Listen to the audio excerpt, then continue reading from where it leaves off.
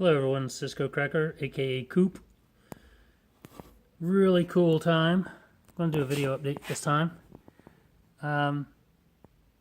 It's a pretty good day. So we got a latch on the passenger's door. And we can pull that and lift it. And the striker is where it needs to be.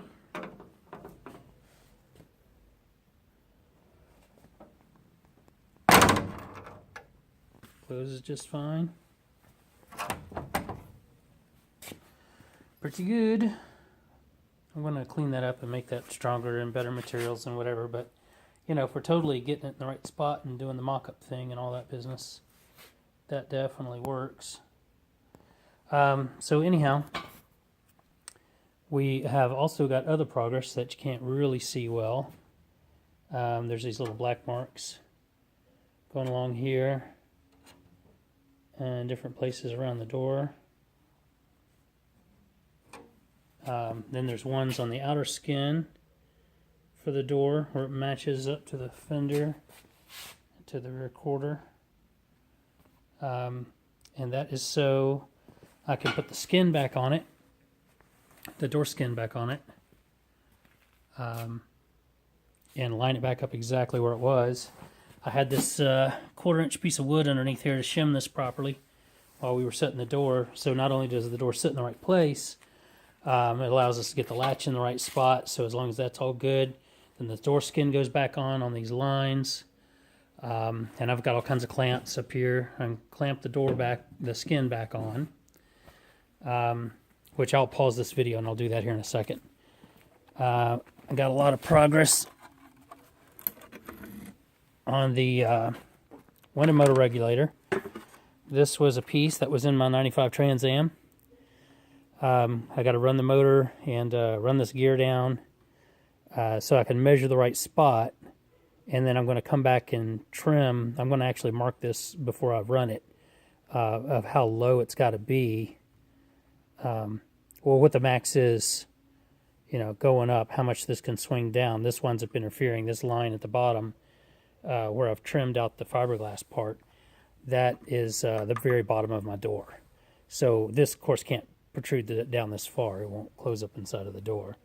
But I've already got the rest of the assembly worked out. There's a skip for this piece of metal that goes in between here on my door on the inside. I'll show that again in a second. I've got the original pieces that came off of the this bar up here. These pieces, you know, they're kind of a rubber dipped or painted or something. That's what the bottom of the glass typically holds, the bottom of the glass. So I've got that ready to go. Let me grab the glass actually. I got the pieces transferred over off of my Trans Am glass. These are the pieces that they got pins in them, so I had to cut the pins out and pop them out, and I'm going to put a bolt back in its place. But anyhow, the bottom of the glass will be held by those hook pieces plus a bolt through that shimmed piece through the hole in here, for example, and then I got to drill a new hole on this one down low. Actually, it's going to be the same spot where this hole is, with getting these paralleled up here. There'll be a hole in the same spot on this one, and then I'll go back and reattach them out here on this end. This guy will probably go as it was originally, and then down on this end, we're running out of light. Anyhow, down here at this other end is where this other piece will go, and then of course that will lay right in here. So that was the piece I was saying that I had trimmed out of that fiberglass. Then here's the bottom that I was saying that that thing has to fit inside of. And then that other part is trimmed so that it fits back up underneath the edge of the steel. I need to collapse it back up in there as far as I can. It may even go back in here towards the door panel that's on the inside, just to make sure that I've got the space I need to be able to allow, you know, the track is going to be right here with the glass. It's got to be really tight up against this side. I'm not going to be able to have it, you know, protruding back out this way because the opening in the door is only so big. So let's go ahead and pause the video, and I will put the door skin back on and continue. Okay, so we now have the skin on. Here's the marks I was talking about earlier. So you can see where the sky lines right up here. That's why I made all these little marks everywhere. So you can see where they join up in the corner. You know, you can see these little bits here. There's a little bit of a gap there, but I think there's a little gap before. You know, when this guy's sitting on there right, it lines up pretty good. So all these seams that aren't 100%, you know, I'll get this cleaned up.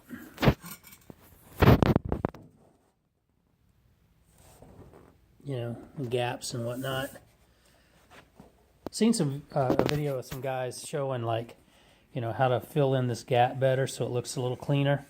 You know, because it's uneven also. You know, it's like closer together up here. It's not so bad. It's actually really nice up there. Then down here, you know, even if I press in on it some, it's still, I don't know, 3/16 too much. And then down here it's getting close again. You know, this to blend this in, this bit is higher than this bit. So, you know, there's a bump there. That'll need to be more added on this side and then blend back this way and all this business. But one of the tricks I was taught was to use some double sticky tape and go around on the inside and then lay your plastic up on that double sticky tape, and of course it sticks to it. The double sticky tape can be 1/8 of an inch thick or 2 1/16 of an inch thick pieces, plus your little, you know, saran wrap or whatever the thing is you're using for your plastic. And then you can lay your Duraglass up in there, and then when you're done, you know, and you make a clean line on it. When you're done, you need to peel it away. You peel that sticky tape off and that plastic off, and you don't have near the amount of you know, left over to grind down and sand down and all that business, because it's already going to be at the right thickness. You just peel the stuff away, and there you are, sitting at the right thickness. It's pretty smart. So anyhow, hope you enjoy the video. Maybe this helps folks out who are messing around with their doors or, you know, intimidated by their doors. The approach I have, I'm going after the latches first. That's why I was showing the door latch earlier. Actually, hold on a second. Let's open this up. Okay, there we go. So you can see I still got to close this up yet. You know, there's a lot to this flange being all over the place, and the gaps and whatnot. But anyhow, that'll get all cleaned up. But yeah, just these clamps are enough to hold the skin on. So I forget where I was earlier, but what I will finish this up is to say, what's happening next. So oh yeah, clamps. Sorry, strikers. So the striker and the I left this a little loose so I could like better position it and then tighten it up. There's some fender washers and nuts on the back side of that. I don't have the metal on there yet, so I've still got to run a piece of metal from the back of this guy where these two are coming through. I'll have a piece of metal in here, and then I'll weld it down there. I'll weld it back here to the back. Here, let's come around this way. Yeah, I'll weld it up about even, straight over to it. That'll be straight to it, and then this part will be down, from it down, and then that will make a triangle, make it strong, put a plate behind it, and then tighten it up for a final fitment. But anyhow, the order in which I'm trying to do this stuff in is put the latches on first, you know, so you had to get the door skin on, get the door all lined up. I've got this little piece here because, you know, this is how my seals look. They're smooth, then they step down. So, you know, the seal that'll seal up the door will be running around inside of here. That'll seal up, you know, the weather stripping. So anyhow, this 1/4 inch thick piece is what I needed to shim the door properly so the door sits at the right location, so it lines up with the body lines everywhere. That was the best I could do for getting that all cleaned and squared away. Got the latch on, well, the latch, and then the striker. So, you know, just eyeballed that.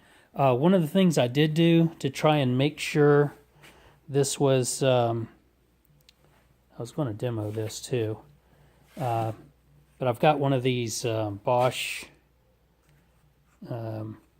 lasers. You can see that I got the GLL2-45. It'll fire vertical and horizontal lasers, and it's auto leveling. So what I did was I got over here right by the hinge, so where the hinge is coming through, I set up the laser to shoot. Let's see if I can turn this on one-handed.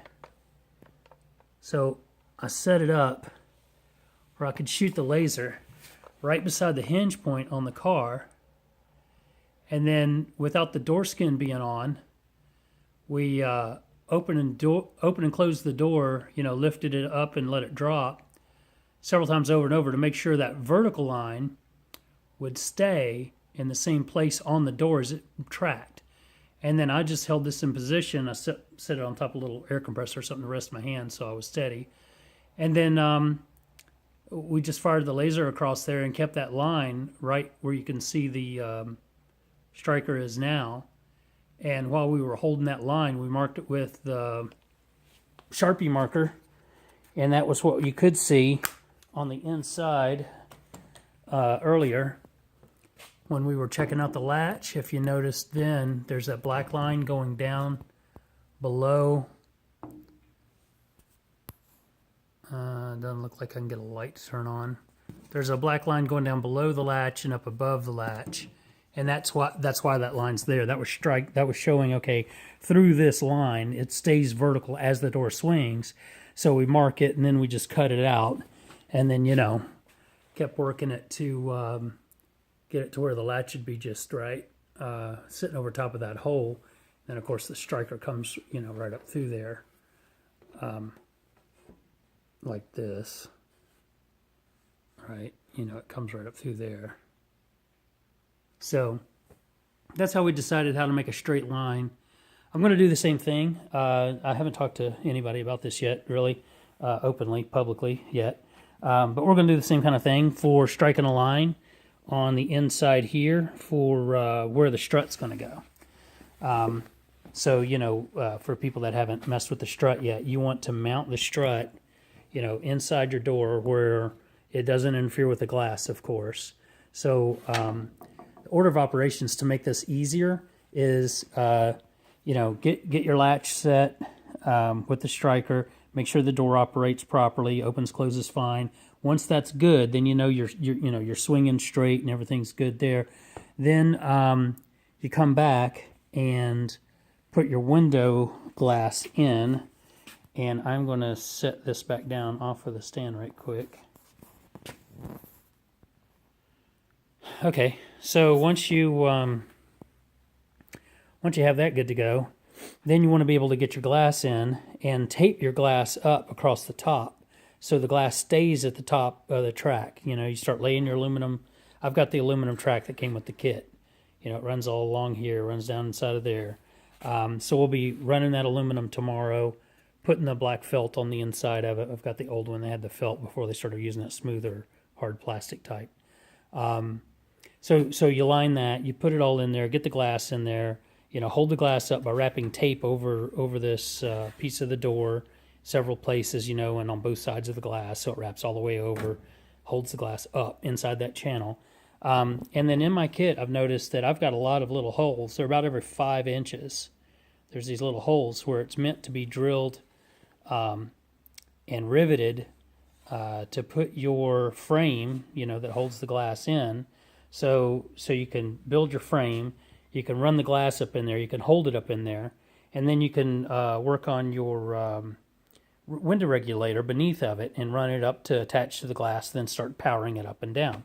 So, you know, to figure out where everything gets set, and you can, you know, fix it a little more tightly about mounting the regulator and all that business. But you see my problem here with this old generation DNR. The outer door skin is really part of how you mount your channel, but the outer door skin's in the way for working on the regulator. So the other part of the point of marking all these things and making them just so, my next step is I'm not going to just clamp it. I'm actually going to drill holes along the top here and rivet this skin to that inner door piece. All right, I'm going to have it in several locations, including the bottom. The bottom's going to be important because I'm going to separate the bottom from the top on the skin, and then I need reference marks to know where to put it back together again later so that it all goes back together without so much work trying to blend things and force them into shape and all this business, right? So here on this line, I'm going to come in here with those cutters, the vibrating cutters, and I'm going to cut this piece out right across here. And then down here, this is going to be the more tricky part. I'll hold it at a 45, and I'll run real nice and smooth, and I'll run right up this edge and go right through here. And once I cut this piece off, then I can drill the rivets out that I'll have in the bottoms of the door section, and then I can separate the skin from the rest of the door, and this upper piece will still be held in place with rivets. And then I can go to town building in the frame for the window, and I won't be impeded by having the door skin in the way. And then once the window's all in, the regulator's on, I can run the switch and the power and run it back and forth, and the window's fine. Then I will have an opportunity to just put the door back on, line the holes back up where it was riveted previously. I can pop a few rivets in it and start to glass it in. Because once it's, and I'm not talking about glassing in permanently. I'm going to glass in flanged pieces and do the holes in the flanged pieces so that I can make it a removable skin. Kind of like RT, but different. Ron has done this. He's got a good video out there of how he did it with some pencil rod he had along in the inside and the bottom, and in the front here to hold its shape. And that part kind of pops off, and then he's got some Zeus fasteners. I may do Zeus fasteners. I may screw it together. We'll see how that part goes. But I was thinking about the same thing. How do I get in here and operate inside of here for getting the mirror pod on and directing the wires down in there? Because, you got to do it right away inside of this thickness. And if you can see, that thickness is only about the size of my thumb. There's not a lot of room in there. So I'm going to make a fairly large access hole here, probably with a hole saw. And then I'll have my 3 screws that will be mounted into the mirror pod. And then, 3 holes drilled. And then I'll just poke them through and run some nuts up on the back side of that to mount the mirrors. So what else? I think that's enough, isn't it? Oh, the strut. So the strut, the same thing I was saying earlier about the laser, I will fire the laser so I can find the line where it swings and stays straight on the vertical, and I'll run the strut right through that vertical. And then that way I shouldn't get the deflection. I've heard about these guys in the past having issues getting all these things to line up, and one of the things they'll do is they'll have the door actually getting pushed out or getting pushed into the body one way or the other. It's hard to get them to just go straight up, and part of that has to do with the strut. Where the weight is in the door and how the alignment of all this stuff is, if it is actually swinging straight or, somebody got something off center between where was the mounting point at the bottom of the strut, versus where's the mounting point inside of the door. And, if that's in there at an angle, then it's going to be pushing at that angle on the whole rest of the door and just wearing everything out prematurely, plus probably dragging the door across the roof line or, pushing it out, and you actually have to pull it in to get it to shut, it could be a problem. So I'm going to try to combat that with the little laser that I was showing you earlier. Hopefully that'll work. Any comments are welcome, start a discussion, what have you. Also over on the build diary, 100mpgmotors.blogspot.com is where the whole build diary, for the last 3 years while I've been building this thing, everything that I've been doing from getting it beyond a rolling chassis and about the wheels and, this motor and transmission that's in it, the fume stuff, how it's running on a single fuel injector. All that stuff's covered out there. So if you like it, please like it, and maybe even refer your buddies to it, and subscribe to YouTube. Thanks for watching.